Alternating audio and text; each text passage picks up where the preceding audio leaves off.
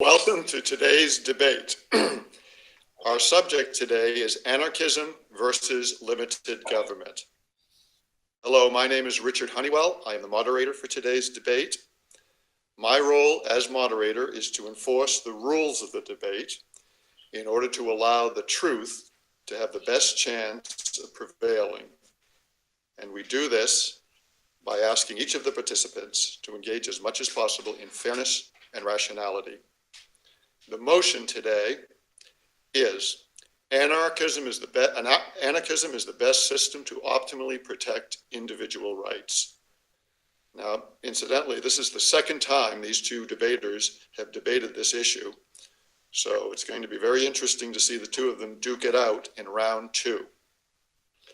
Arguing in the affirmative is Victor Pross. Victor is a Vancouver-based caricature artist who is also the host of Proscasst. That's Prosscast. He is the founder of The Real Sons of Anarchy, which hosts high-profile libertarian speakers. Victor is the subject also of a documentary film based upon his art. The movie is called Pop Goes the Culture and is based on his book of the same name. To repeat, the motion today is anarchy is the best system to optimally protect individual rights. Arguing in the negative is Jan Helfeld. Jan is an independent journalist, a former television show host, and avid debater.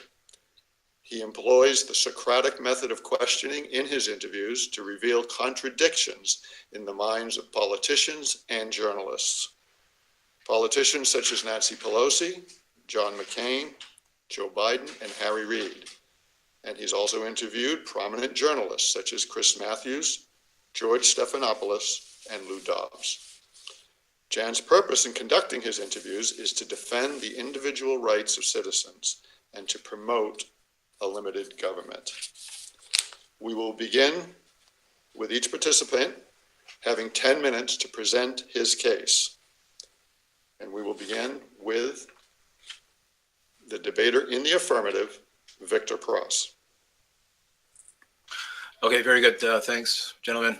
Okay, just to get into it, the fundamental debate of the modern era, generally speaking, especially pertaining to this subject, is a continuing clash between the ideas of two philosophers that I have in mind, John Locke and Thomas Hobbes. Now let's consider some of the battle lines there that have significance to today's conversation. For Hobbes, human beings are inherently vicious and left to their own devices will live, if they live without society, as he puts it, that is, according to Hobbes, it's a pre-government or a state of nature, as he called it, which means without society, which means as a consequence, a war of all against all. He just immediately asserts that position. We're just to take it as an axiom. And that's what he describes as a state of nature. Now, it's because of philosophers like Hobbes who had poisoned the well so thoroughly of considering a free society as viable that when people encounter anarchist ideas, they are alarmed at the specter of human nature. Should it be let loose of any restraints, and which otherwise would be curtailed and curbed by the state.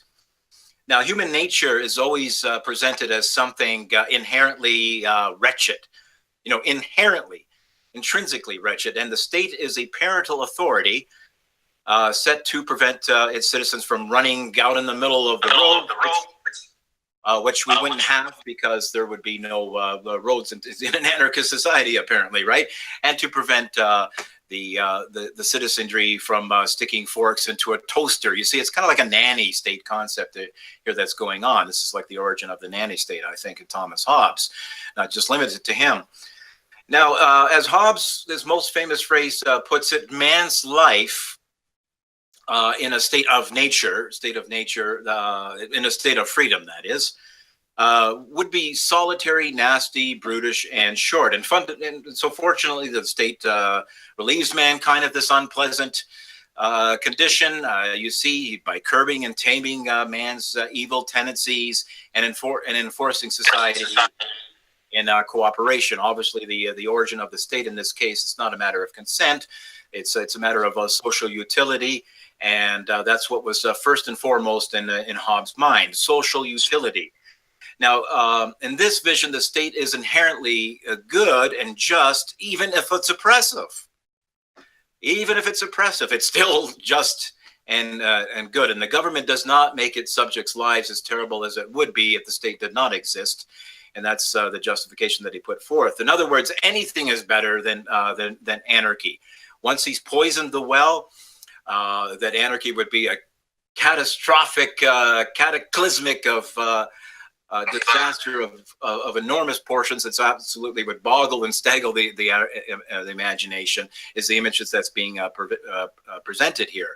So a government, it doesn't matter how despotic or tyrannical it could become, it's way better than having an anarchist state. That's the premises from which he's arguing from. Now we have John Locke, on the other hand. Now John Locke is a great exponent of freedom. The objectivists and a lot of liberty lovers are indebted to John Locke. I think that Jan would agree with me on that one.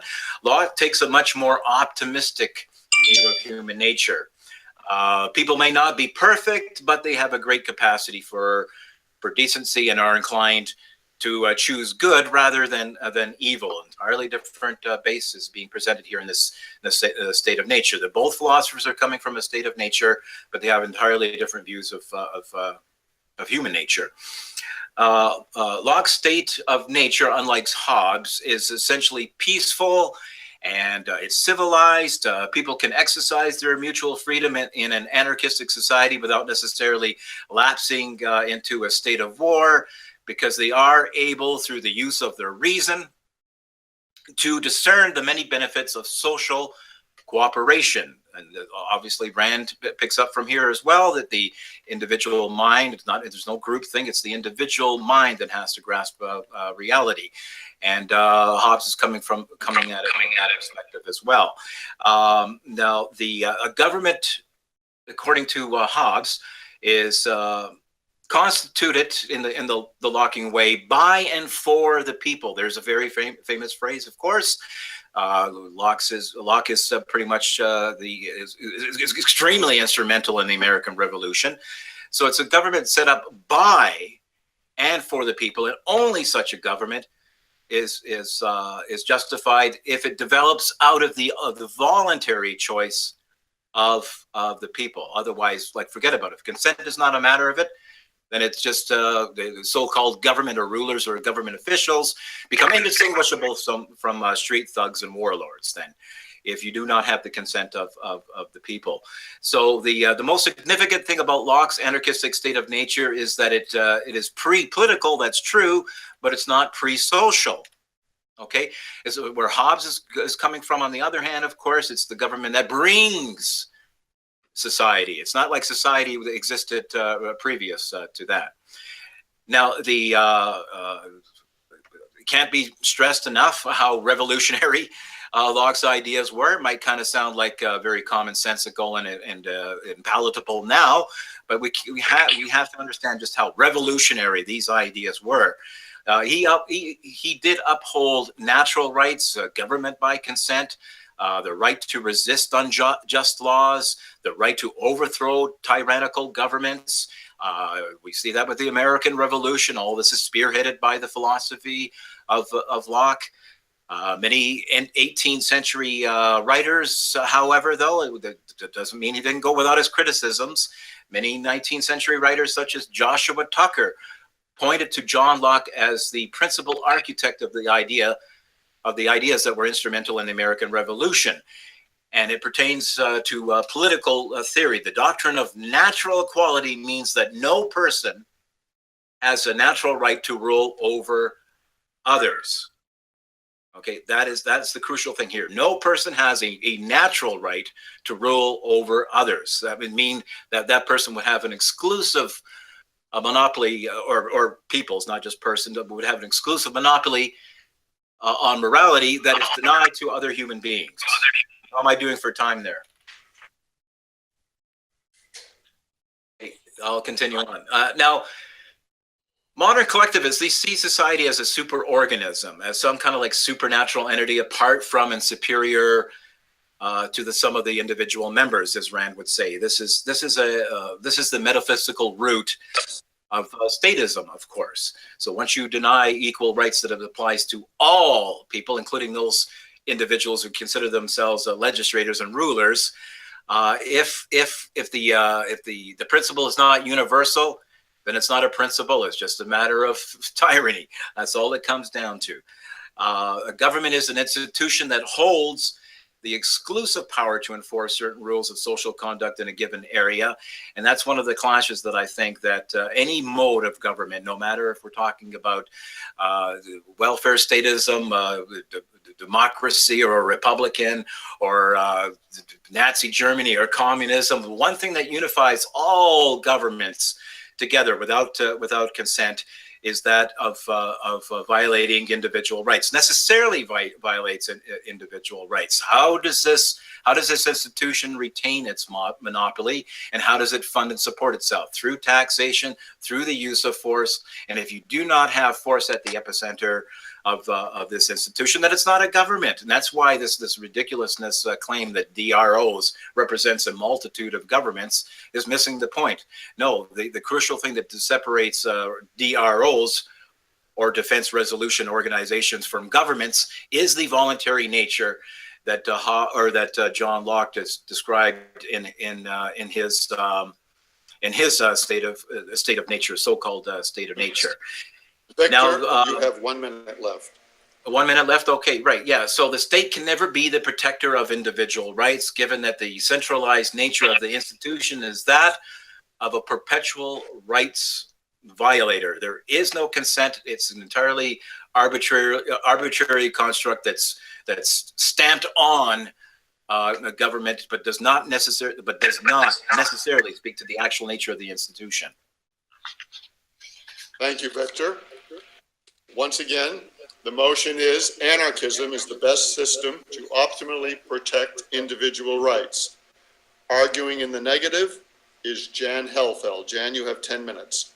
Yes, before I start my 10 minutes, it's not necessary to warn us if we're getting close, so you don't interrupt his thought.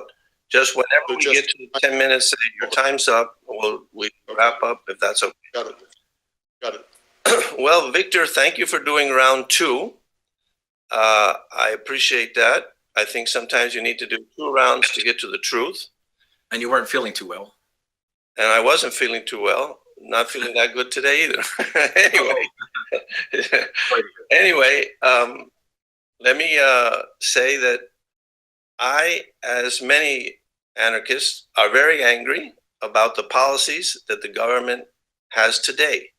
I'm not advocating that government. I'm advocating limited government. But what I want to warn anarchists is, don't be so angry that you can't think straight, because you have to be able to project what are the consequences of anarchism. And one of your leaders, J.T. Tucker, thinks that's not necessary, that things can't be worse. And that is the biggest mistake that the people in Cuba made when they got rid of their dictator, where the people in China got rid of their dictator and took Mao Zedong. Things can almost always be worse. So you have to project what the consequences are of having an anarchist situation or social organization or whatever you want to call it. So I'm here to specify what are all of these negative consequences. One more thing that you need to know is that in political theory discussions, and I think Victor and I agree on this, it's a matter of trying to approximate a goal, an optimal goal. He thinks the optimal goal is anarchism. I think it's a limited government. But that's what it's about. So the closer you are to limited government, the better it is. It's not that it has to be completely limited or completely anarchistic, I would say also. It's if you approximate that go more, then I claim that if you approximate limited government more, it's better for you. Your rights will be more optimally protected. That's what I'm arguing here. So, in order to have the optimal possibility of a happy life, I would say a long, happy, satisfied life, you need a government, but one that is limited to protecting the individual rights of the citizens. This is essentially what the Declaration of Independence said, and I agree. It says to secure these rights, governments are instituted. The closer we are to this model, the more protected we will be, and anarchism destroys optimal protection of your rights. Let's see why. Anarchism creates two classes of citizens, those with firepower and those without. It is the law of the jungle, a state of nature where predation prevails. If you have a dispute with the owner of a security agency, you have to kowtow to his wishes, and you will not be able to force him to do anything because he has the firepower and you don't. If there is one agency that just has a cheap enrollment, they only do arbitration, they have a couple of policemen, that agency, that security agency, will have to kowtow to those security agencies that have armies, that have military hardware. It's the law of the jungle. When the cheetah kills a deer or whatever, antelope, and the lion comes, the cheetah has to run. And that's the way it will be in anarchism. The weaker people militarily will have to kowtow to the stronger ones. And you all that are watching this will probably be in the weaker version group. No matter how many rifles or guns or machine guns you have, they will never be a match for tanks, attack helicopters, attack drones, etc. Military hardware. That's what will make the difference in the force power that each organization has. The second point that I want to make is there can be no justice if there is no written law. You have to know what the law is before you take the action in order to have a fair system. It's quite obvious. I don't see why this isn't clear to everyone. If everything is up for grabs and it's going to be decided in arbitration, you have no idea what will be legal and what won't. Look, in order to have your rights optimally protected and not run afoul the law, you need to know what the law is. Like I said, you need objective law written down. Under anarchism, there would be hundreds of different kinds of legal systems with thousands of variations. Some agencies would be based on common law, other on Roman law, other on Sharia law, other on environmental law, white power, black power, Texas law, you name it, Mormon law. And then all of these laws will have a number of variations in every aspect of the law. There would be different criminal law, different civil procedure, different inheritance law, different tort law, and there will be arguments and discussions about all of these things. All that has to happen is that a few of these disputes have to be resolved with physical force, and you have opposing security agencies going to war with each other.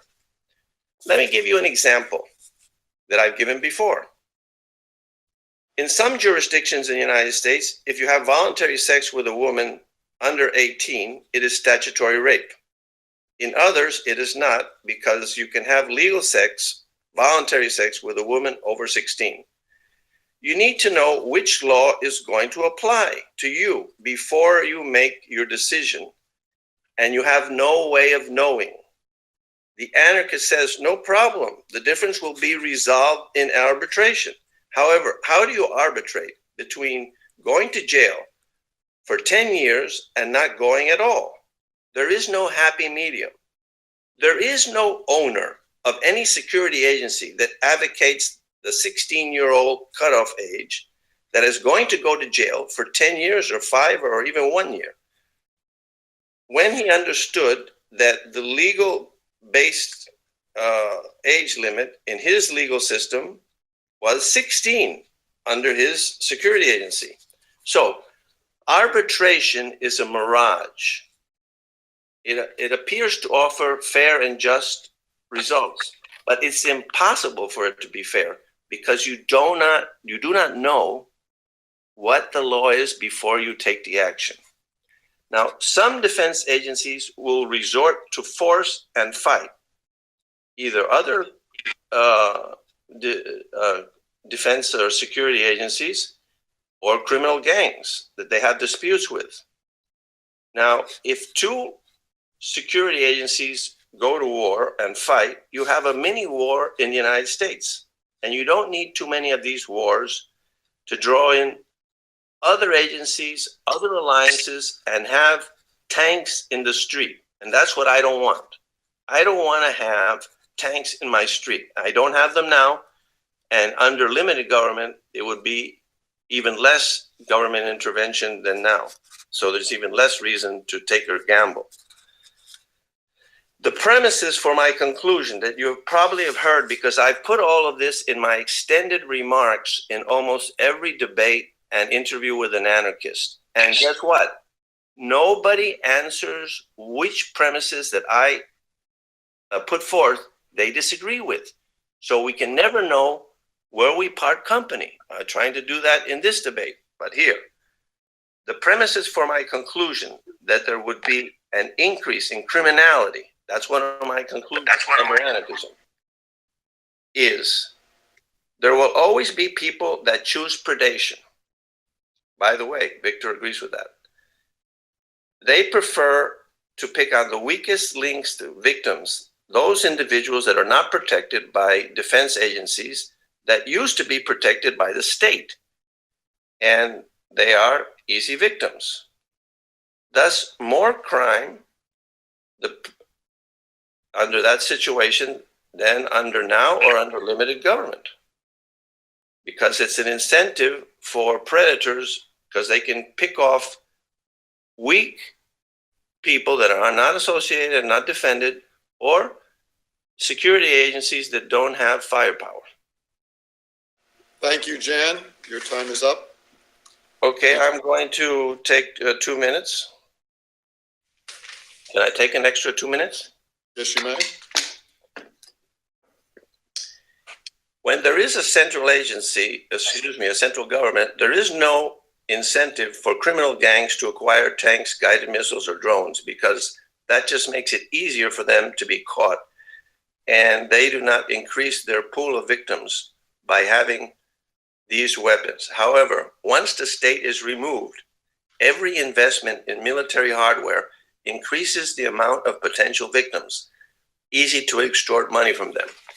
In the previous debate, I discussed with Victor the contradictions that were in his view on NAP.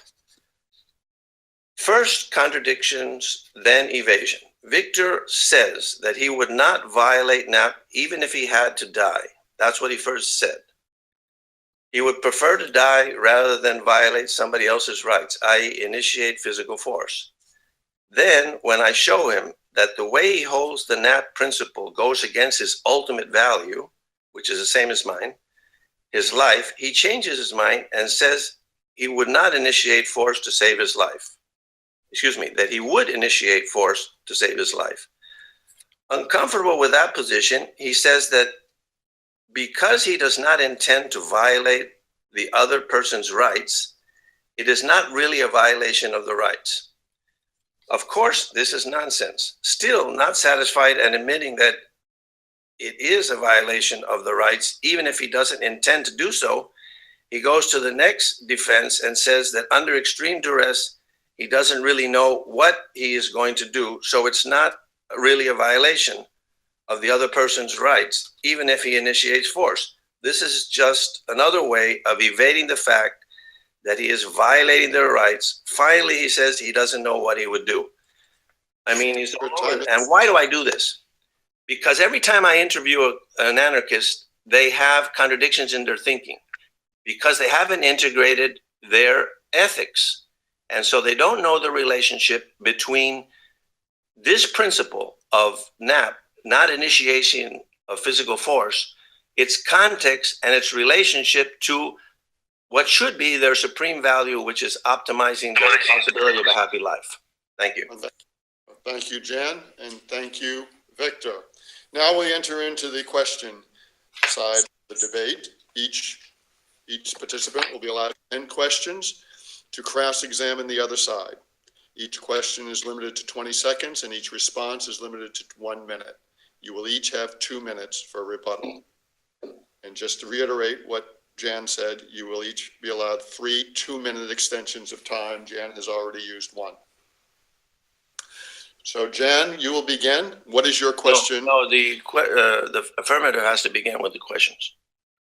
Okay. Victor, what is your question for the negative? Okay, very good. Yeah. In regards to the ethical conundrums and the sophomore philosophy students 101 eating pizza in a dorm type of questions of lifeboat scenarios and things like that, I think that my position's been mischaracterized, but maybe we'll get into that. I really don't. I agree with Ayn Rand that what she wrote in a chapter in The Virtue of Selfishness, Emergency Ethics, that these ready-made conundrums. Excuse me, Victor, you're supposed to ask a question, not argue your case. You can do that in refutation. Okay, no, very good, very good. Okay, now how would you define individual rights, and by what means can rights be violated? First of all, how would you define it? And if you can give a couple of examples of what it means to violate rights, and examples of what constitutes not the violation of rights, for that matter, because there's a lot of different divergent ideas of what rights are. You've taken about 2 minutes or 1 minute at least. Anyway. Sorry about that, Jan. Yeah. You give me the same attitude when I ask a question, I hope. No, Jan, if you want to, when you ask me a question, if it takes more than a 30-second snapshot to make sure I understand the question, I prefer that. Go ahead. How do you define individual rights? Individual rights are moral principles that permit you to know when an action is proper and when it is improper in a social context. They can only be violated by force or fraud. The whole purpose of individual rights is to protect the individual judgment of the citizen. And so it permits you to tell, it's a bridge between ethics and political theory. Permits you to tell when a state is acting improperly. It's acting properly when it's a limited government and it's limiting its actions to the protection of individual rights of the citizens. And it's not invading other countries or criminalizing victimless crimes or redistributing the citizens' wealth. Those would all be violations of individual rights and against limited government. And that's why I constantly talk against them. Okay. Thank you, Jan. And your question back to Victor. Do you have a question for me, or do I just continue on with more questions? You ask your 10 questions. Yeah. Okay, that's what I thought. Yeah, I think I know the format better than the moderator. That's Yeah, okay. you do. I studied. I crammed overnight, you see. Names. Okay. Okay, so yeah, no, very good. I definitely agree with you in regards to individual rights. They can only be violated by physical force constituting rape, theft, fraud, indirect use of force, and the like. Now, having recognized that, do you agree with Rand's idea of voluntary taxation or voluntary contributions to the government, if people don't like the word taxation, if that sounds like an oxymoron to some people. Do you agree with Rand's ideas of voluntary contributions to the government based on the premise that taxation violates rights? Rand said that it was a tough nut to crack, and she didn't have the answer, and she was going to leave it to someone else because she had answered enough things. But I don't think it's so tough. I'm going to crack the nut for you easily. If you hire a security guard or a society together hire an institution called the government to perform a specific function, which is protecting your individual rights, then you have to be willing to pay for it. And the way you pay for it is through taxes. If the taxes are limited to the expenses necessary in order to protect your individual rights, they aren't violating anybody's rights and they're doing what they should. So I don't see such a big quandary. And by the way, the others, the other suggestions that offered are no good. Go ahead. Third question, Victor. Third question, okay. Yeah, well, perhaps I'd like some further clarification. And incidentally, you have the at any time. What's that? Rebuttal at any time. No. Unless he wants to use 10 questions. If he wants to use an extension, he can say anytime it's his turn, he can talk. Okay.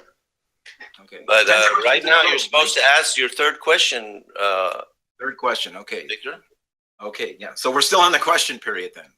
Yes. 10 questions. There you go. And I do Okay. 10 questions. 10 questions in a row. Okay. Right. Okay. Now, point of clarification. In regards to this whole idea of a social contract and paying for services rendered. Of course, that speaks to the free market. But the clarification question I'm asking here is that, of course, you should pay for services that are rendered, but you have to agree to those services, and you have to know in advance what the terms and conditions and the expense is going to be for the services that you require and that you voluntarily want to take on. Now, if you say that taxation is not theft, as the famous meme slogan goes, does that mean that a government that holds an exclusive monopoly on power they themselves set the terms and the conditions and the price, and they can increase that price at will as they see fit? And hey, you're utilizing the services, so you'll pay for it, but we'll decide what the terms and conditions of the services are. Victor, you're arguing your point, and you've asked 3 questions in one. No, that's a question. That's a question, and go ahead. I mean, you asked this 3 questions already, and I'm getting ready to answer one, but then you go to the next question, and then you make an argument, and then you go to agree that a proper contract calls for the terms and conditions to be agreed upon in advance. All the parties involved, and the price is set in advance. You don't change the price somewhere down the line. Do you agree with that? That's the nature of an actual contract. I agree that the social contract that was agreed to create the limited government was that we would create a government that its function would be limited to protecting the individual rights of the citizens, and that everything else was off limits, and that those expenditures that were necessary for that function could be collected through taxes. And there's no problem with that, because this is what was consented to, and nobody was arguing for no government. All the people that were in the United States at the time either believed in a limited government or monarchy, but none of them were advocating something else. And part of the contract is that you will decide, I'm willing to have the decision of how much you spend on those proper functions for democratic control and democratic. Okay, yeah. Your fourth question. Okay, now the fourth question. What is to prevent a dissatisfied customer of this government service, what is to prevent a dissatisfied customer in full possession of his individual rights from withholding his money, his voluntary contributions from a Randian kind of government, while subscribing instead to the services of another agency? Does he have that right? Well, okay, let me answer your question, because you just go.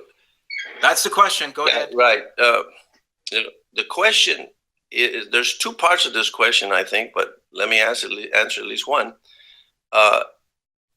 You can hire a security agency if you want extra, but you cannot have major police power, because then you would have the potential for a conflict between the government and this security agency with military firepower. And so you don't want to have that. And to avoid that, that's why you give a monopoly of legal force to the government. And that's basically the situation, which is every 2 years and 4 years reaffirmed democratically, and which all the immigrants that came to the United States accepted when they came. They knew it was going to be like that, and so they accepted it. Now, if somebody changes their mind, or people like yourself now don't want to have this, don't want to be, they say this contract's no good, I'm better off with no government. I'm all in favor. Go ahead. Well, I'm all in favor of them having a right to buy up property at some coastline and secede and try their anarchist experiment. Thank you. Victor, your next question. Yeah, okay. Now, the state is vested with the exclusive power, something that they've appointed to themselves. You don't have any choice about that, but the state is vested with the exclusive power to adjudicate legal disputes and therefore laws, etc., while forcibly preventing other individuals and associations from engaging in the same activities. We're not talking about running amok. We're talking about providing the same services that this legitimate government is. And your question, Victor, is because yeah. He's always arguing every time. This is a violation of the rules, Victor. Sorry about that. Okay, now would you say that to prevent other people from engaging in the same activities and services that the government is that to prevent them from doing that necessarily violates their rights? No, and in fact, the government doesn't prevent private arbitrators from operating, and my father was one, as well as a law professor. So that's okay. The thing is that arbitration doesn't work unless there is a state, somebody to implement it, to enforce it, and that's why you need a government. Now, as I said before, you can't have military firepower that competes with the government, because then you have the risk of a war between these agencies and the government. And that's what you're trying to avoid. You sacrifice that in terms of getting what you want, which is peace and tranquility. And you have your elections to confirm the consent of the governed periodically on every level, federal, state, and every other level. So, time's up. Okay. Victor, Well, yeah. Okay. Now you spoke of this. Now you spoke of like clashing laws and mayhem and unfolding in an anarchist, decentralized state. But you do have the decentralization of the American Revolution. You do have different states with different laws. Don't you think that would you call for a world government to prevent the same kind of chaos when you have different a world of? Wait a second, you're asking two different questions here. One is, if they're two different questions, with decentralization. That's your first question. There is a problem in the United States with different states having different laws and having the federal government with another set of laws. It's very clear that there's a supremacy clause when the federal government's law clashes with the state law succumbs to the federal law. And the areas that are supposed to be federal law are defined in the Constitution. The rest of them are left up to the states, so-called police power. Almost all the laws which you have to abide by are supposed to be state laws. Now, there's been some erosion on this, and that's a problem. But there isn't any issue in the United States about which law applies and their conflicting laws. That doesn't occur. There's a unifying body, then, is there? Well, that's another question. Am I in favor of a world government? No, that's a third question, sixth question. No, I'm against the world government. Why? If we had this objective, if you want, I'll tell you why. I'll clarify the question before you answer. Hold it. If we're not just talking about any government, we're talking about the Randian model of government. Why should that not be a world government? Would you not endorse such an idea? Forget about the practicality or feasibility of it. Morally, would you endorse that idea? Well, first of all, we aren't even close to having any world government. Secondly, if we did, it wouldn't be a Randian government. You approve of this idea. Thirdly, even if it was momentarily, which is basically preposterous or unlikely, the problem is that it might change. So it's always good to have options to flee to, and that's why I'm in favor of the nation states and would give the citizens the opportunity to get the hell out of extreme tyranny, which apparently anarchists don't fear, and they think it's no problem. They haven't lived under extreme tyranny, and then they would know the truth. Next question. Yeah, we would know the truth of statism in action. Right. They don't really know what, and they can't differentiate in the various degrees that there are of abuse. And okay. So there, things can get much worse than they are in the United States right now, and they could get better if we went back to limited government. I know. Yeah, Thomas Hobbes would agree with you, but let me ask you though, what about Thomas Hobbes? I'll answer it, but that's not a question. I agree with Thomas Hobbes that without a government, life is going to be nasty, short, and brutish. I don't agree with Thomas Hobbes, as I've said several times, that your only choice is to choose a statist, tyrannical government. There is another option, the one that I'm putting forth in this debate, which is limited government, the one that the United States started and gave an inkling as to how it would work, expanding rights to a very large segment of the population, and creating a rather limited government to do so. And this permitted freedom to flourish and people to grasp the principle involved and to get a glimpse of what limited government would look like. Time. Okay, well, let me ask my how many questions do I have left, Mr. Moderator? We have three more questions. This then. How many did you count? I have 9 already. Okay. Well, the two short We'll go by the moderator's rules. Okay. How many did the moderator say? Right. I'll probably cut it shorter than 10. Go ahead. Okay. What? There's 2 to it. Yes, no. Okay. We're good now. I got 3 more. Okay. So now this pre-state of this natural law of nature, where things would be nasty, brutish, and short, is it not the case though that the American form of government is by and for the people, and that they voluntarily agreed to a government based on their reasoning and their rational self-interest that we need a government here for social utility. So we're rational and we're smart enough, and moral enough to recognize that. Doesn't that kind of like presuppose more to the side of Locke than Hobbes? It's a Hobbesian choice. You don't have to choose between no government and extreme tyrannical government, which is what Hobbes advocated. I've said several times, I advocate limited government, and that Hobbes did not. So I disagree with him on that. And so that's what I'm defending in this debate. Limited government as the optimum, where your rights are optimally protected, more so than under anarchism. And I've given some of the reasons, and you can see the rest of them in my extended remarks. Okay, Richard, I don't think he I don't think he understood my question. I don't feel that my question was answered. Okay. I rephrase it.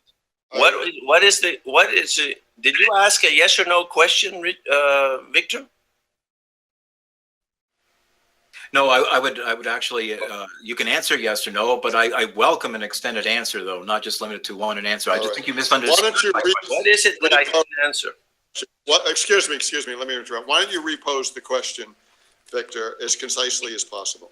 Okay, yeah, very good. Okay, no, the question, I wasn't asking about a dichotomy or a choice between brand A or brand B. I'm simply asking a very simple question. This is that the state of nature that Hobbes has presented as being like a cataclysmic hellhole, how is it that people there at some point become rational and moral enough to realize, hey, we need a government for social utility? I made it very clear the difference between Locke and Hobbes. The question, not the statement. A question, please. Okay.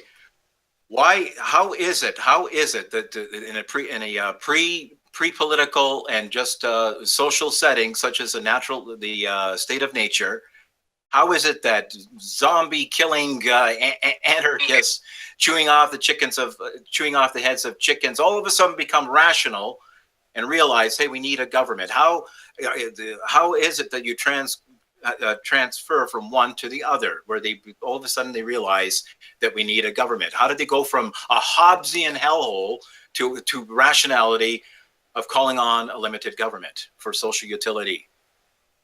Are you asking how they went from no government to some government in their mind? Is that what you're asking? Or are you asking how they went from advocating a tyrannical government to a John Lockean type government? Is that look at nasty? Are you asking?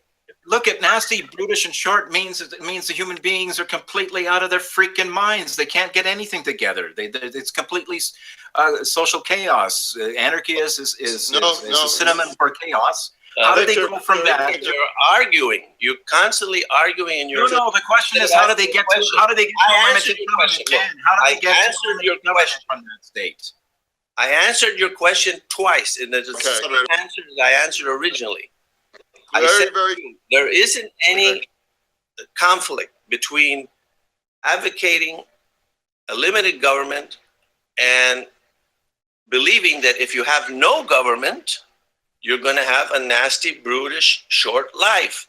And of course, there were governments before Hobbes wrote anything. And so people had experience about governments. And the great thing about Locke was that he advocated in his book, The Rights of Man, to limit the power of the government, and that human beings' rights and individual rights should be respected, and that is what the government should do. And it wasn't doing that with the monarchy that the American colonialists threw off those chains when they had their War of Independence. Okay. Thank you. Okay, one more question, Victor. Okay, do you agree with the idea that there should be a complete separation of government and economics that Rand spoke of, just in the same sense that we have in a separation of church and state? Do you agree with that? That we can have competing currencies, in fact, and that the government is to have absolutely nothing to do with the economic life of individuals. There could be a complete. You've asked a few questions at the same time. You asked, should there be a complete separation between economic action and the state? That would automatically entail competing currencies. Yes, one question. I'll answer you. Look, as far, both questions, I guess, are related, but they're not the same question. I don't think that the government should control the currency. I think that you should have free and floating competing currencies, and I don't think that the government has any real function. It's not necessary to protect the individual rights of the citizens. In fact, I think it's harmful. So I would advocate people choosing whatever currency they want and not having the government impose their fiat currency. Okay, my turn.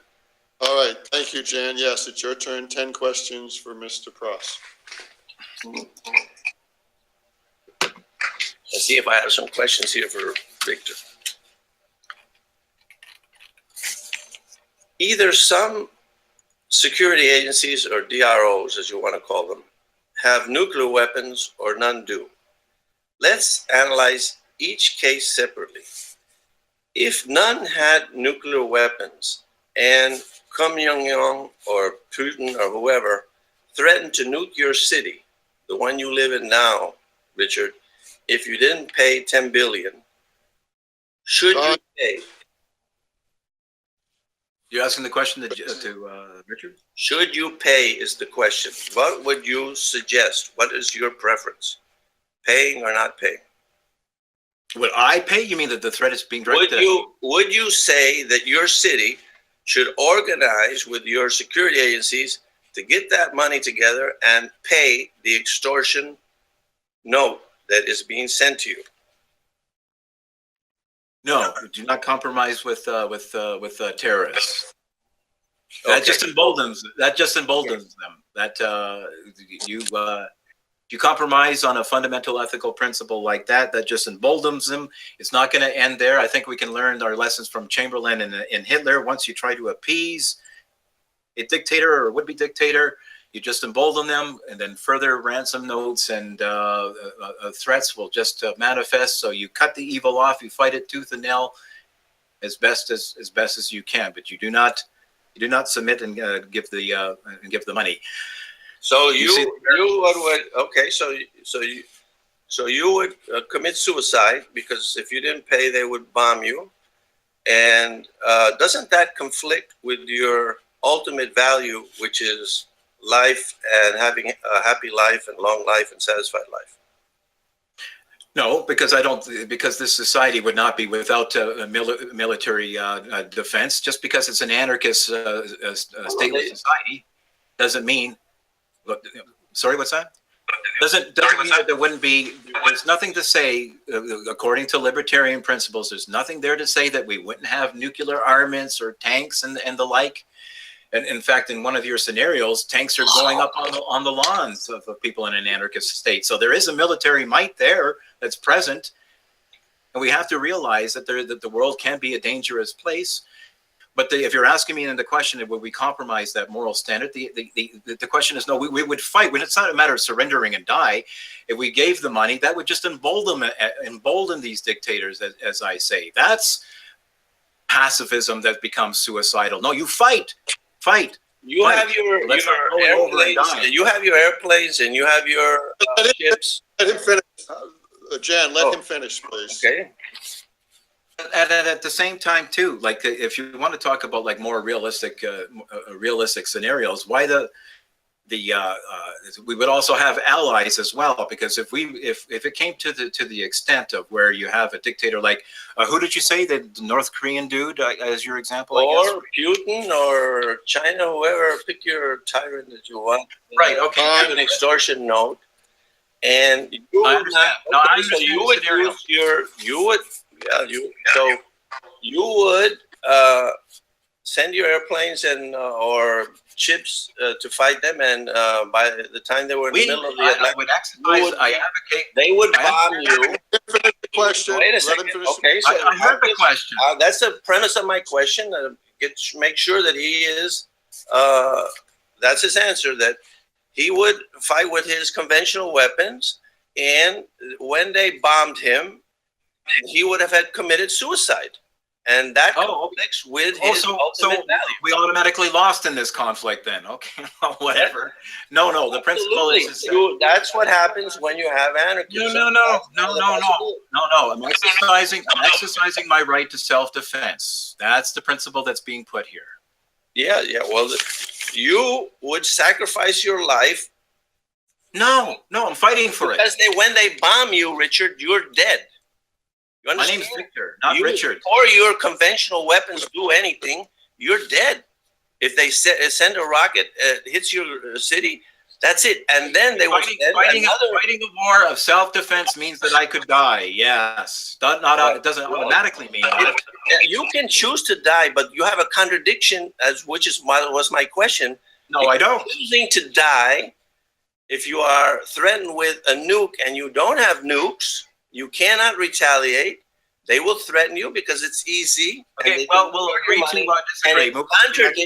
It contradicts your ultimate value, which is your life. And that is a contradiction. Question then. We'll agree to disagree. Well, you think it's not a contradiction? I'm extolling the principle of self-defense. Oh, well, okay. Next question. If, on the other hand, some DROs have nuclear weapons, would we risk annihilation if there is a dispute between DROs, security agencies, and one of them happened to be headed by a neocon who believed in preemption and first strikes? Oh, but now we have nuclear weapons in this anarchist society. Yeah, this is the other scenario. Excuse me, let me clarify the question. Okay. There's two possibilities, Richard. Richard. It's very simple.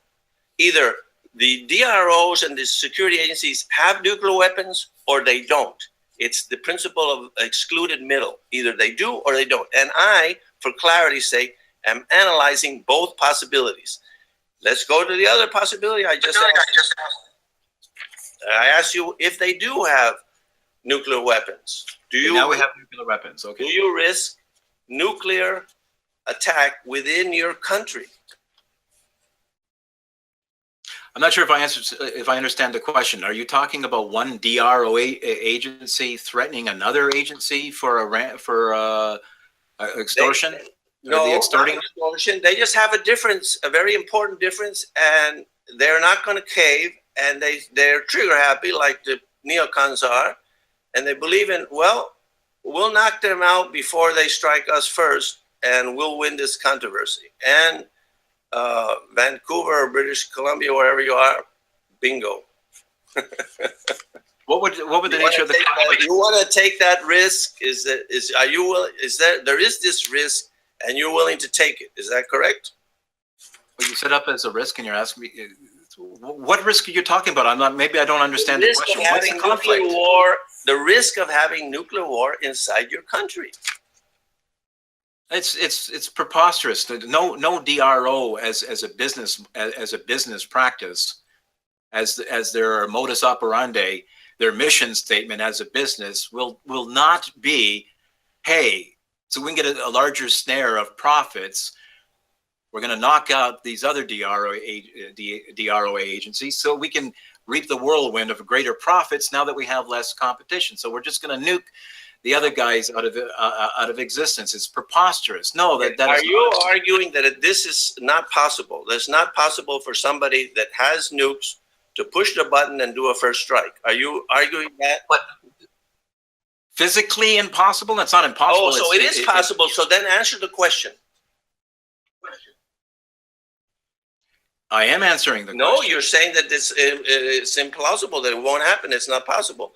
It's implausible. You are questioning my premise that this can happen. And obviously, it can happen because whenever anybody has nuclear power, the button can be pushed. We all know that. But you're saying that's physically, but it's not going to happen though. Agency that sets up an agency. The whole point of a DRO agency is a dispute resolution organization. That's the whole hub of the concept, is to reduce conflict, not to increase them. That's the very idea. Now, as a business model, that's not going to be done.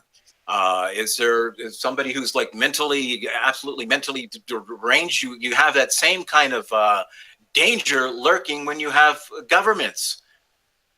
But you're not advocating no governments. We do live in a modern world that the entire globe is circled with governments that do have nuclear warfare, but we don't see people dropping nuclear bombs at the drop of a hat. Even if you have madmen like the North Korean little psycho midget there, has not arbitrarily from left field, as crazy and insane, as despotic as he is, has not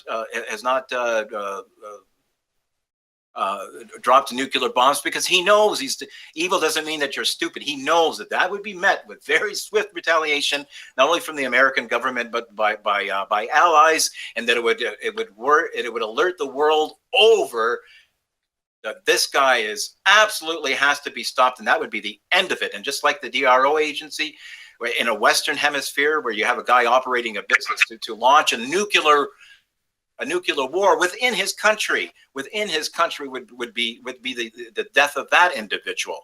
It cannot happen now because you're debating me. Ask the questions. Well, it cannot happen now because we don't have the nuclear weapon, different people in the same country. It's true that you run the risk of foreign tyrants. Dan, I'm sorry you don't like my answer, but it was answered. Okay. Jan, let's get back to some structure here, Jan. Okay. Do you think criminal gangs will extort money from weak individuals that are not organized, as well as security agencies they consider weaker than themselves, especially considering that these criminal gangs can now have military hardware? Weaker individuals? I'm not sure. Would you repeat the question? It means people that are not organized, that not belong to any security agency, or security agencies that say, we're not going to fight ever. We're just going to do arbitration, and we'll give you a cheap price. Will criminal gangs extort from these weak individuals that are not organized, as well as security agencies they consider weaker than themselves? I don't know what weak or disorganized means, but not organized when don't have protection from a security agency. How many times I have to explain that? They have a right to self-defense. And in regards to a microcosm of what an anarchist stateless society would be like, I can't answer every nook and cranny of what this individual who didn't join a DRO or this other weak individual over here, who, whatever weak means, maybe he's mentally incapacitated, maybe he's physically handicapped or whatever. Such an individual would have to rely on voluntary donations, just as Rand had explained herself. The same would go for protection. If I can safely say this as a part of my answer is that the people, two sets of different types of people, the people who truly are unable to fend for themselves is necessarily a very small minority of individuals given the population of the earth or the population of a civilization, incredibly small minority. If that was the nature of a human being as such, we would be a species unable to survive. So it necessarily has to be a very small minority. And some people have asked, what about? I want a ruling on did he answer yes or no to my question. All right, I think we have to put a stop to certain procedure here. Please, for both participants, be more concise in asking your question so that we can get to the root of these. So let's go all the way back. Jan, you have only 20 seconds. Please ask a 20-second concise question. And I haven't got the answer, and he talked forever. Do you think criminal gangs will extort money from weak individuals that are not organized, as well as security agencies they consider weaker than themselves? I ask it in 20 seconds. This is not the problem. The problem is he doesn't give a yes or no answer, and I'm asking you, he talked forever for a ruling. I would like a ruling on whether he said yes or he said no. Okay, I'm not going to give that ruling until he answers it now. You have 1 minute, Victor, to answer it. Yeah. In an anarchist society, just like in a state of society, there will be violence. Violence is here to stay. It's part of the human template. That's why we have DRO agencies, is to to minimize the conflict, not to completely eradicate it from the human template and the human psychology altogether. Yes, there will be this gang or this crime of passion or whatnot, but as a organized society, it would be an organized society. Anarchy is not synonymous with chaos. It would be order to take care of people who truly cannot fend for themselves, but also to take care of people, if their rights were violated, to see that the ultimate protection of those individuals, because it would mean a threat to the society as a whole if we did if we did not have any means to take care of issues where conflicts turn to physical violence. So your answer is yes. Yeah, yes and no. That's the problem. That's a contradiction. No, Jan, Jan, in an anarchist society or a limited government society, you have barroom brawls. You have crimes of passion. It's not something that's unique to an anarchist society. I ask you that. Do you even know what the question was? Well, yeah, you're talking about something. You're talking about a gang picking on some weak people. I answered the question. I asked you if they would extort money from weak individuals that are not. I guess that could happen. Absolutely. That's security agencies they consider weaker than themselves. Yes. Not a DRO agency. We're talking about a DRO agency. No, that would not be a part of the modus operandi. If you're talking about discrete individuals. Did you agree before that in the last debate that the criminals prefer to pick off weak victims and attack weak victims and extort from them? The ones they consider weaker than themselves? That was 2 years ago. You can take my answer now as my answer. Oh, so you don't believe that anymore? You don't think that criminal, predatory people? I don't remember my answer. Jan, we're not arguing the 2-year-old debate. We're arguing the debate today. Please, let's stay on subject. Well, no, I'm going to. You have a fourth question. What you said last time. Yeah, sure. Previously, in the last debate, you answered yes. What question? The question that I just asked, do you think criminal gangs will extort money from weak individuals that are not organized, as well as security agencies they consider weaker than themselves? You said yes. Now in this debate, you said yes and no, and who knows? But that's a contradiction in your thinking. So that's what I was getting at. That's what you take as a contradiction. Fourth question. Do you think some of these security agencies will fight back and create a little war? No. Okay.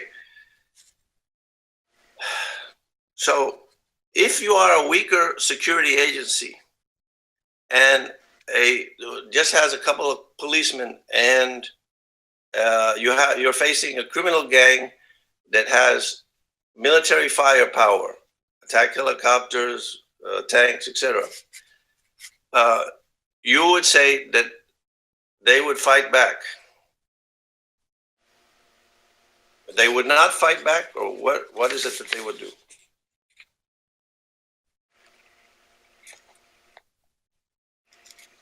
Okay, previously you had said that you were willing to take a chance with suicide. And if they sent you a note, you want to answer my question? Even if you had less power or you didn't have nukes. But now you say that these security agencies will not fight back and not create a little war. So that's a contradiction in your thinking. No. Next question. Wait a minute. Wait a minute. There's an opportunity to respond to that. Yeah. Jan, if you're drawing back to something that you think I might have said that I don't recall 2 years ago, and then contrast that to what I'm saying today as a contradiction, I don't think that's a fair way to debate. Listen to what I'm saying now. And to answer your question, the answer is no. DROs would not engage in warfare with each other. They're businesses. They're not governments. No, I'm talking about not with each other, with a criminal gang that has military firepower. Against what? A whole slew, a weak, I just described a weak DRO that offers a cheap service, arbitration only, A couple of cops, and that's it. No. Deliberately, They would not fight back. No, there would not. There would not be a war. I don't grant. I'm saying they would fight war. back. Would they fight back against the? Oh, sorry, I misunderstood the question. Yeah, of course they would fight back. Okay, so then the answer is yes, not no. And their allies, they would absolutely fight back. If you're talking about domestic criminals, Yeah. just as you were using your example of foreign criminals, yes, of course, that society would fight back against a necessarily small minority of people who are recognized not as governments but recognized just as thugs. And yeah, that's the people in that society would fight back, and they would necessarily lose. Previously, you said that these security agencies are not in the business of having wars, or so they don't want to expend money, so they'd rather just go along with it. But no, I think you're probably thinking of your debate with another anarchist who might have answered that way. no, it's right there in the question and answer period that I asked last time. When there is a government, criminal gangs are completely outgunned. But if the government is removed, they have a chance to acquire military hardware and outgun some individuals and DROs. Will criminal gangs be incentivized to acquire military hardware so they can prevail over these people and thus have a greater pool of potential victims from which to expropriate wealth by force? It sounds like the same question. I thought we dealt with this. No, well, I'm asking that question. Are you going to answer it? Will they be incentivized to acquire military hardware so they can have a greater pool of victims? Yes or no? DROs? No. The criminal gangs. Who? Right now, if a criminal gang buys a tank, the government comes in and catches them and puts them all in jail. MS-13 buys a tank, they're dead. If there's no government, they can buy tanks and drones and whatever they want, military attack helicopters. And the question is, are they incentivized to purchase military hardware to increase their pool of potential victims? Oh, I see. Yeah. Well, if they're free to buy this type of weaponry, that would mean that the population as a whole in the society has the same right. So whatever people have deemed appropriate to their self-defense, that type of weaponry would be readily available, and that criminal gang would be outnumbered by people who are fighting for their lives if they felt that they were an imminent threat of this gang member. These gang members, as you just said, are necessarily limited in their numbers, and they would have absolutely no efficacy against thousands of people that would fight back if they felt that their life and property was threatened. Absolutely, they wouldn't have a chance. Would not have a chance. So to understand your answer, so you think that they are not incentivized to get military firepower to have a greater pool of potential victims. The answer is no. And you also deny that there would be any stragglers or any people or any weak security agencies that could not defend against military hardware, which obviously is the case. There would be of all sorts. So you also deny that. Is that correct? Yeah, that's absolutely correct. And I can expand on the answer to say this, is that you know, Jan, just as well as I do, that all this mass weaponry that we're speaking of has been created by the free market, by which I mean the free market of individuals acting with one another in production and trade, and that all these magical toys it isn't created by the government. They have usurped and overtaken it. And that's the gang that I'm worried about. That's the gang that's at present that's causing all the havoc in the world, that's starting wars, inflating currency, typing into their bank accounts whatever the hell they want to fund those wars, casting off the debts to the future. So Richard, excuse me, Richard. But you're talking about overwhelming force that causes argument and. No. What are you talking about? I'm answering the question. Which question? Are they incentivized to get military hardware or not? the criminal gangs. I can't. The question's ridiculous. I can't read the minds of these hypothetical. Not to answer the question. You think I'm just my question. My answer to that is that it's not. They would be defeated. It would be futile. Necessarily. So you change your mind about there will be stragglers that are not defended. We're going back to 2 years ago again. Okay. Conversation I don't remember Okay. that specific, detailed of conversation. Under All right, last question. You got a memory like a sieve. I have to go back to that. Okay. Listen. Anarchism. This is my next question. Under anarchism. Oh, it's the next question. Okay.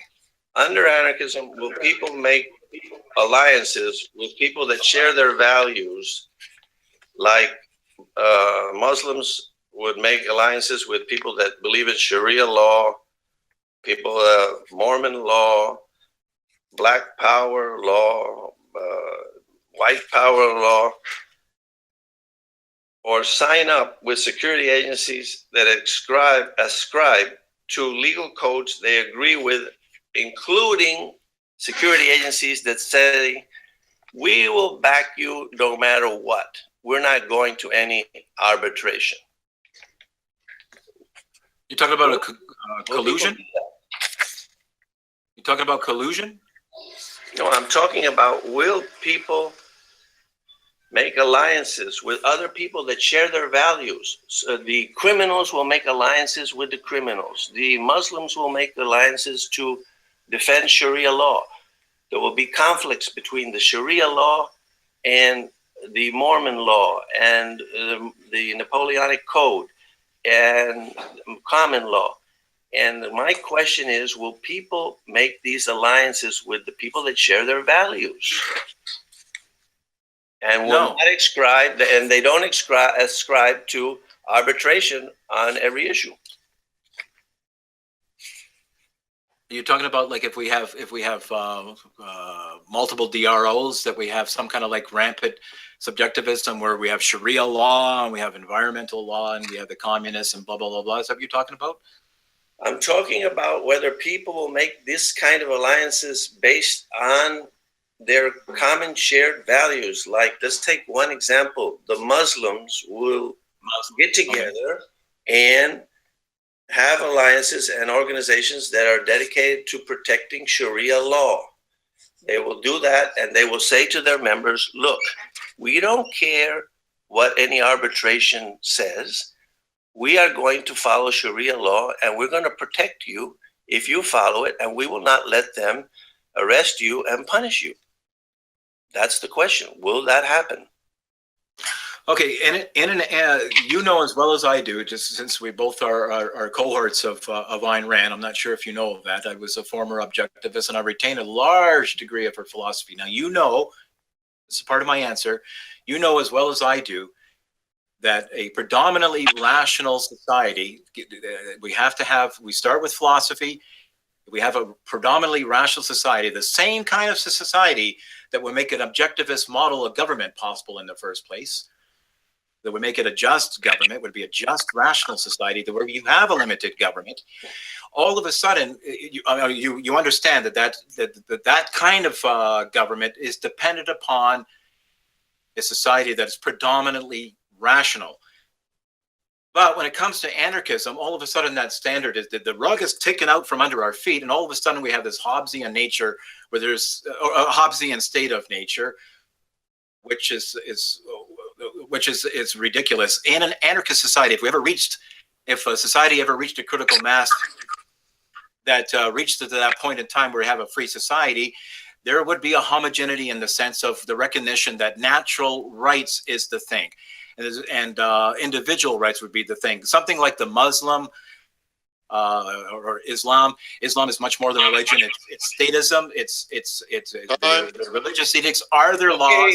And time, and I want to know, did he answer yes or no, moderator? Can you tell me, or can you ask him? Is it a yes? No, I think, Victor, I didn't believe that you answered the question yes or no.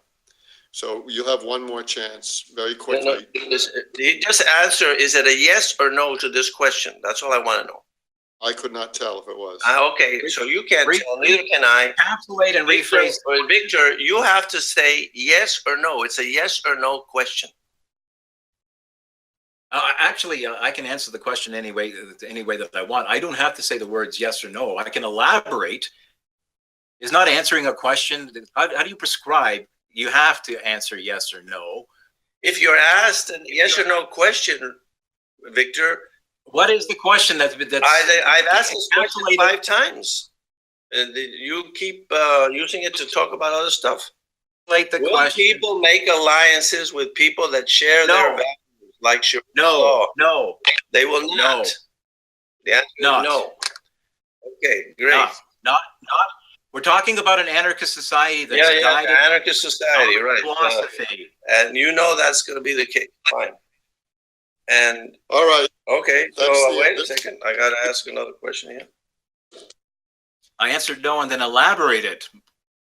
Okay, so yeah, I just want to write down your answer so that we're clear on what the answer is. Was he asking to elaborate it? Because yes, he certainly can elaborate it if you like. No, he already answered. He's elaborated 3 times without answering. No, I answered. You don't agree with the answer, but it's my answer. Well, okay, so no, it would not. Okay, no, will criminal gangs make alliances with other criminal gangs? You're repeating the question? No, this is a different question. Okay, they all sound like the same question, though. Go ahead. Previously, it was Muslims. These are criminal gangs. Can you see the difference? Okay, we're going back to North Korea. Go ahead. No, street gang. The Crips. Go ahead. We're not going back to North Korea. We're talking about domestic. Now we got the Crips. Go ahead. Will they make alliances with other criminal gangs to increase their power and firepower so they can overcome and oppose weak victims that do not have protection so they can extort money from them? That question's already been asked. They won't. Is that your... I think you lost count there. Yeah, no. Okay. Weak people, etc. I distinctly remember answering that question already. Well, you made a mistake. Okay, that's the end of the questioning. Wait a second, I haven't asked my 10th question or 9th even. Wow. Well, we have a different... I have a question here. Is it always morally wrong to initiate physical force against someone else, even under extreme duress? Like, if you were dying of thirst, like you got lost in the forest and there aren't any other people for hundreds of miles around, there's no towns, and you come upon a cabin that has water and the person that owns the cabin refuses to sell you any, would you initiate force and try to steal some water to save your life? And just a clarification of the question, does this mean that death is certain unless I get that water? What'd you say? For clarification, does this mean that death is absolutely certain if I don't get that water? Well, it's as certain as you can figure out. You're dying of thirst, you're getting weak, you don't have much energy left, and you need the water desperately. That's the premise. Yeah, I would drink the water. Well, you would steal it, you mean? He doesn't want to sell it to you. He says, no, go get lost. Would you try to steal it in the evening when he wasn't watching or whatever? If it was an emergency situation, such as this can be multiplied to other examples, such as a lifeboat scenario, hanging from a flagpole that wasn't my property, or breaking into a window by hanging by a flagpole, that would mean certain death if I let go of that lamp pole and break the window. Absolutely, I would drink the water. And Jan, please, it's my time to answer the question. Yes, I would drink the water. I would break the window from hanging from a flagpole, etc. But being a responsible moral person, though, I would compensate that individual once my life had been saved. I think you could probably also tell the difference between an absolute extreme asshole, somebody who would file charges, say, well, you violated my property. I think that person would probably look down upon. And I think that minarchists, I think that communists, I think that Democrats, Whatever the political stripe is, I think most people would think, gee, that guy's an asshole. He's pressing charges against that guy. But but absolutely, I would. But I would see that it would be right, strictly from a legal precedent, that yeah, you have to compensate that person as a matter of right. I would just think that he was an asshole, but I think that I would compensate that person. Okay, next question. Yeah, will some criminal gangs miscalculate, and when they think that somebody isn't protected, or it's a DRO that doesn't have any firepower, attack them and then find out that actually they have some secret agreement, or they have allies, like you were saying before, and they have a war with the criminal gangs? Doesn't that create a war in your town or country, wherever it happens? Hey, whatever uprisings of violence and riots or whatever, or barroom fights that take place, it's not something that's this is not what Hobbes was describing in his State of Nature. He wasn't talking about like, well, this conflict can occur and that conflict occur. You know very well that, you know, riots and disagreements and violence erupts even in a limited state government. It's just a part of the template. That's why, as far as you contend, that we need a government is to solve and to settle and these type of conflicts as they do arise. So yeah, these kind of conflicts would arise. This society that's guided by a rational philosophy would not be able to deal with it. We're talking about the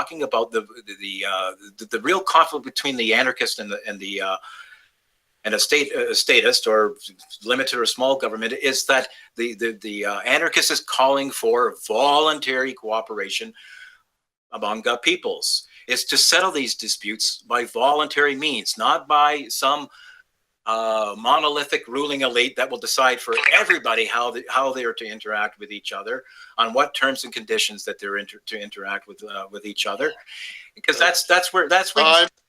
Well, moderator, can you ask Victor to answer the question? Is it a yes or is it a no? Because it's a yes or no question. Victor, would you answer that, yes or no? Encapsulate the question one more time. Oh boy. Then you're going to talk about something else for another minute?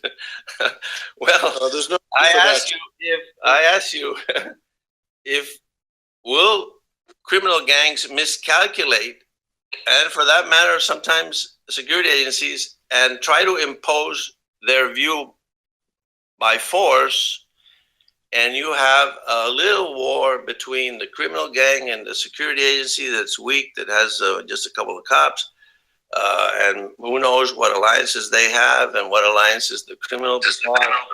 Wouldn't that create a little war inside your country that you don't have now? No. Wars are launched by governments, not by discrete individuals. Okay, that's just a little war. Okay, I'm done. All right, now okay. Thank you very much, Jan, and thank you for your answers, Victor. Now we're going to enter the summation stage. You each have 2 minutes to articulate a final proffering of your position, and we will begin with Jan. No, we begin. I just finished my questions. You didn't finish your questions? I said I just finished my questions, so it's time for Victor to do his refutation. Okay, very good. Okay. All refutation of the discussion as a whole, I guess, is what we're talking about. Okay. Okay. Rand. Sorry. How long do I have in this refutation? Sorry about that. You have 2 minutes, Victor. 2 minutes. Can I exercise? I don't think I've exercised any of my. Can I take my time to answer for? Sorry, what's that? Yes, Victor, you can. Okay, so you can go for 4 minutes. Okay, very good. Now, Rand stated definitions are the guardians of rationality, and I agree. Let's continue to stress the crucial importance upon proper definitions. What is the essential, fundamental characteristic that separates government from any other social institution? What attribute or distinguishing characteristic unites all governments, not just that government, this government, all governments as a common definition? What's the characteristic that brings them all together, whatever type of government we're talking about? And that would be force. Force. And in this case, initiatory force. The term government subsumes theocracy, absolute monarchy, Nazism, fascism, democratic socialism, any number of sundry dictatorships, including the conservative libertarian types of limited government that also comes under that banner. Otherwise, if force is not a part of it, if initiatory force is not a part of the scenario, it's not a government. It's some other kind of organization. A limited government shares that quality, that trait, with a communist government, holding a monopoly on the exclusive use of force. And how do you hold that monopoly other than by force? How do you maintain and create that monopoly in the first place? Is through via taxation. Period. So that means right at the outset, even before we can talk about a government protecting rights, it has founded itself by violating individual rights. That is the contradiction. You cannot square that peg no matter what. It is said that the government's purpose, or the purpose of government, is to protect individual rights, but that's hardly a definition of government. Fascism, socialist regimes are also governments, as I stress. You can't say that they're not governments. They are governments. They follow under that definition. And if we were to ask, how do we define a government from any other type of organization? You have to bring it down to the genus of a concept, and not just the differentia. The genus is force, initiatory force. That's what makes a government. We have with Rand, her political stance, or excuse me, her ethical stance.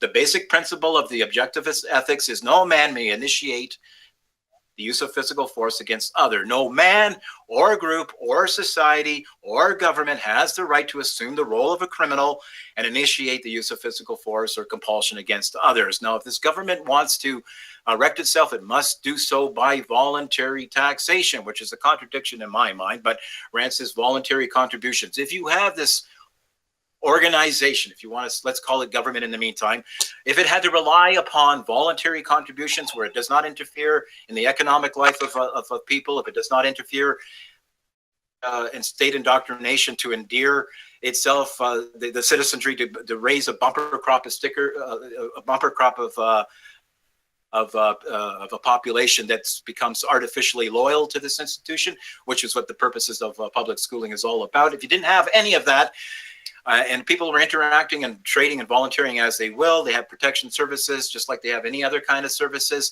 All of a sudden, this government just fades. It fades away like mist, like fog just lifts up in a morning that turns to afternoon. If you do not have force at the epicenter of this organization, you do not have a government. You have simply what Locke would describe as a state of nature, where it would be pre-political, but it would not be pre-social. Okay, thank you, Victor. And you would have how long do I have there? Am I on my final minute? Your time is up right now. Okay. My refutation.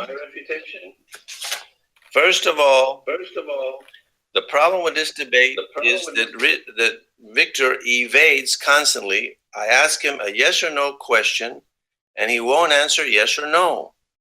And he's just evading. And that's why we can't get very far. He equivocates on the issue of force. He says that it's the same thing to initiate as not initiate. He says that a government must initiate force. It doesn't have to. In a limited government, the government is not initiating force, as I've said several times. He contradicts himself all over the place. Let's start with Knapp.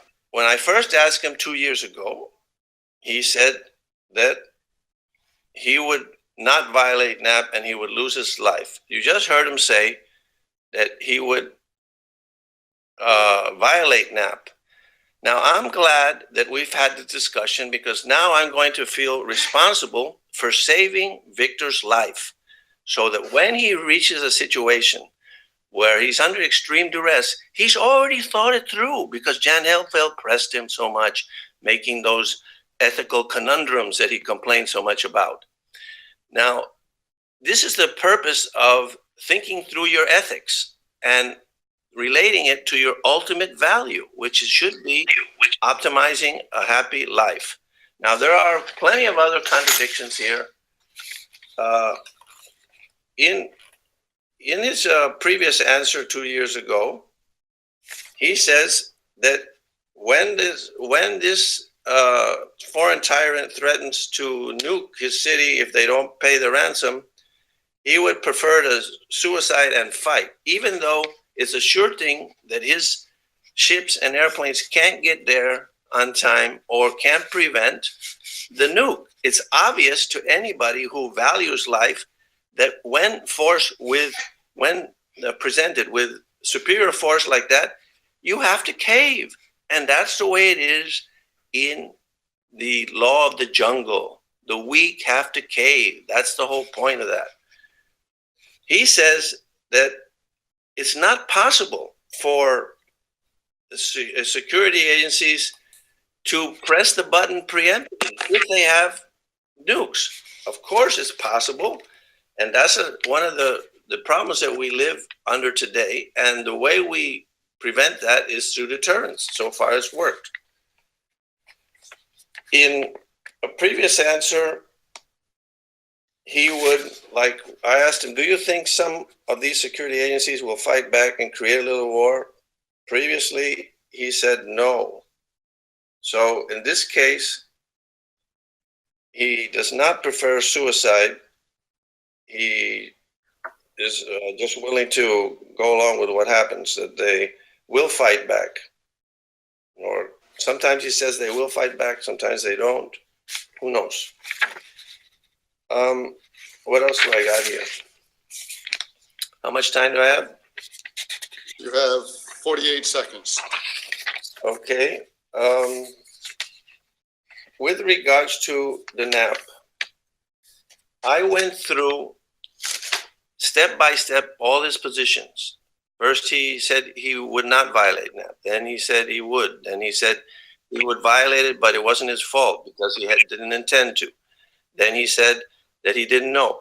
Look, that discussion that I had with him in the other debate took up 45 minutes of evasion to finally get to the truth that he would violate NAP and there's no problem with it. And that's my experience with so many anarchists that have the moral indignation with everybody else that's willing to violate NAP, when in fact they are also willing to violate NAP. But the difference between them and me is that I know when it's right to violate NAP, it's only under extreme duress. And I also know what is the purpose and context of the principle of non-initiation of physical force. It relates to a context where there is a government and you have to distinguish what actions should be permitted by the government, which not, which actions should be permitted by the citizens and which not. It doesn't apply to free government and anarchism. Okay. Okay, thank you, Jan. Now we'll enter the summation stage. And with the final summation of the affirmative, Victor. Yeah, how long is the summation? 2 minutes. Okay. Well, even the, I was complaining about the issue of taxation. And by the way, Victor, you have one more extension available. Jan's used up all of his. You have one more. I used up all of mine. I only used one. When did I use up the other one? I have two left. I actually have a question mark for both of you for one. So let's say.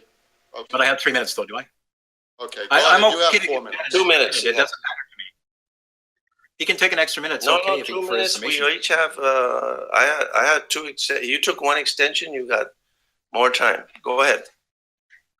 Now, Ayn Rand opposed coercive taxation on principle because taxation necessarily involves the initiation of force by government, and she proposed some alternatives that would enable government to finance itself. The point is that we're speaking of voluntary means, not where the terms and conditions are set in advance and government decides how much you're to pay for the services that in the words of the Godfather, that make you an offer you can't refuse, which is what the terms of the services that they set. It's an offer you can't refuse, and you paying for those so-called services is something else you can't refuse as well, and we'll decide how much that's to be. So Rand saw that as a problem. Jan apparently doesn't. Now, when 19th century minarchist Audubon Herbert advanced his theory of voluntary taxation, he was widely praised by anarchists, such as Benjamin Tucker, who embraced him as one of their own. By fellow minarchists such as Herbert Spencer, who correctly pointed out that Herbert's position was indistinguishable from anarchism, the voluntarism part of it. So even a night watchman state, even the most minimal night watchman state, funded by voluntary donations, if such a thing was possible, would still be coercive. At the very least, it would have to prohibit any competing protection services, which Jan endorses. So that means that would be the initiation of force if they were not permitted to exercise the same services that it's providing that other people also want to be a part of in organizing for themselves. You can have this small minority calling themselves government saying, no, you can't do that. Obviously, that would be a violation of rights. As I said, if the initiation of force is not a part of the equation, it's not government. And for a government to hold its monopoly, it must initiate violent force. And that's why a government, or you want to call it small, you can attach the nice fuzzy sounding adjective small before a government. You can do that if you want, but given the nature of the institution, it necessarily violates rights. Thank you. Okay, my turn. Okay. Your turn. Yeah, I want to tell the anarchists that are watching this that one of the reasons why I have this debate is because I don't want to see them on the sidelines doing nothing regarding the protection of individual rights, optimizing their protection of individual rights. I would like to see them participate in the public policy discussions. And their way of getting out of that is, well, if it's a law, it's wrong because governments are morally wrong and anything they do is wrong, so they're against it. And that's a lazy person's attitude, and they are on the sidelines. They are not helping change policy or defending their individual rights. Now, a lot of these anarchists, because I've had a lot of discussions with them, think, oh my goodness, limited government is not possible. You can never roll back the time where people believe more in limited government. Look, right now, there's probably around 20% people that are libertarian inclined, that the Tea Party, libertarians, etc., that believe in limited government. Now, what is the choice? Well, you can support that group and try to have them prevail, and that's what I'm trying to persuade people here, because the optimum ideal, political ideal, to protect your individual rights is limited government. Now, they say it has no chance. Well, let me ask you this. When you have less than 1% of the people that believe in anarchism as the optimal way to protect your individual rights, what chance do you have? Absolutely much less, 20 times less. So, since a limited government is progressing the situation in the direction that you want, which is no government, you should collaborate with the people that believe in limited government to at least try to achieve that. And then at that point, once we have a limited government, you can part company with us and say, we want no government, and you will have an ally in me who will respect your right to buy a property in some coastline part of the United States. You have enough people there, secede and try your anarchist experiment. But guess what? The people, the anarchists are not interested. They say, I'm perfectly happy where I am now. But that's a contradiction, because they think that they're perfectly happy where they are now. They just don't want to pay taxes, or they just don't want this law to apply or this other law to apply. Well, you got to make up your mind. Either we have a government that's abusing our rights, or we don't. And if we have one that's abusing, you should try to retrench it, try to reduce it so that it abuses your rights less. It's like I said in the beginning, it's a matter of optimizing. It's a matter of getting closer to the ideal. Your natural allies are the people that believe in limited government, because we both agree that the present government is abusing our rights.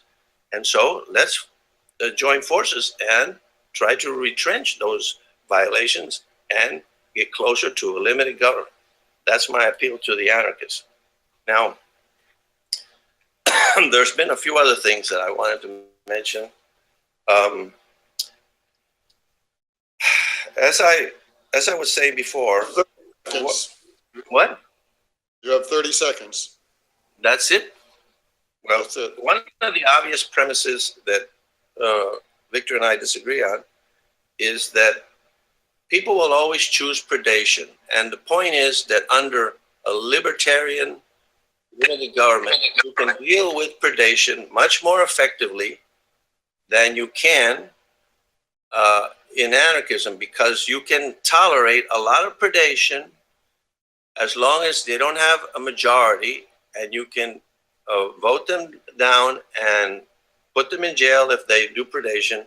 Whereas in anarchism, if you have 10% of the people that are interested in predation, there's no way to control them. That's one of the big problems with anarchism. And did you give me my extension? Yes, I did. In fact, your time is up. So I have four. I took. 4.5 minutes, actually. So your time is up. Well, okay. Well, let's leave it at that. I had a few other things, but it's been a good debate, so let's not ruin it. This is the conclusion of the show. We can't have this going. It's been going on for 2 hours now. We were aiming for an hour, so this is it. Okay. Now, since this is a podcast, I will sign out on my signature sign out slogan, which is to make an appeal to my viewers to like this video, to subscribe to the channel, to share this discussion that I've had with Jan Helfeld today. I'm sure that he will have it on his channel as well. But I ask my viewers to, by all means, share and subscribe to myself and Jan's solution as well for other anarchist discussions that he does have. And this is Victor Pross signing out. Thanks a lot.